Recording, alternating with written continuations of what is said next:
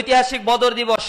এই দিবসে যারা শহীদ হয়েছিল, আমি সেই সকল সাহাবীদের কথা স্মরণ করছি। আমাদের এই বদর দিবস আমাদেরকে প্রেরণা জাগায়। বদর দিবসের সেদিন নিরস্ত্র মুসলমানেরা সেদিন বিশাল জন্য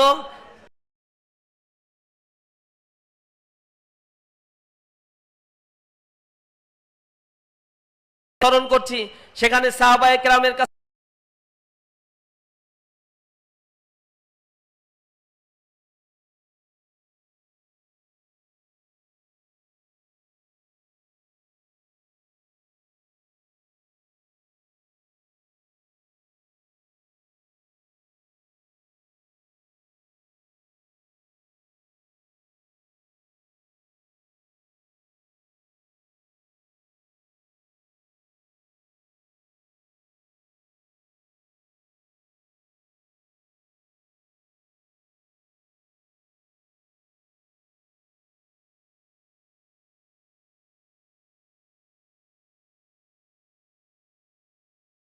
আসরাকুমুল্লাহু ফি মাওয়াতিনিন কাসীরা, অনেক যুদ্ধক্ষেত্রে আল্লাহ রাব্বুল আলামিন সাহায্য করেছিলেন। তার শুরুটাই হয়েছিল এই বদরের যুদ্ধের মধ্য দিয়ে।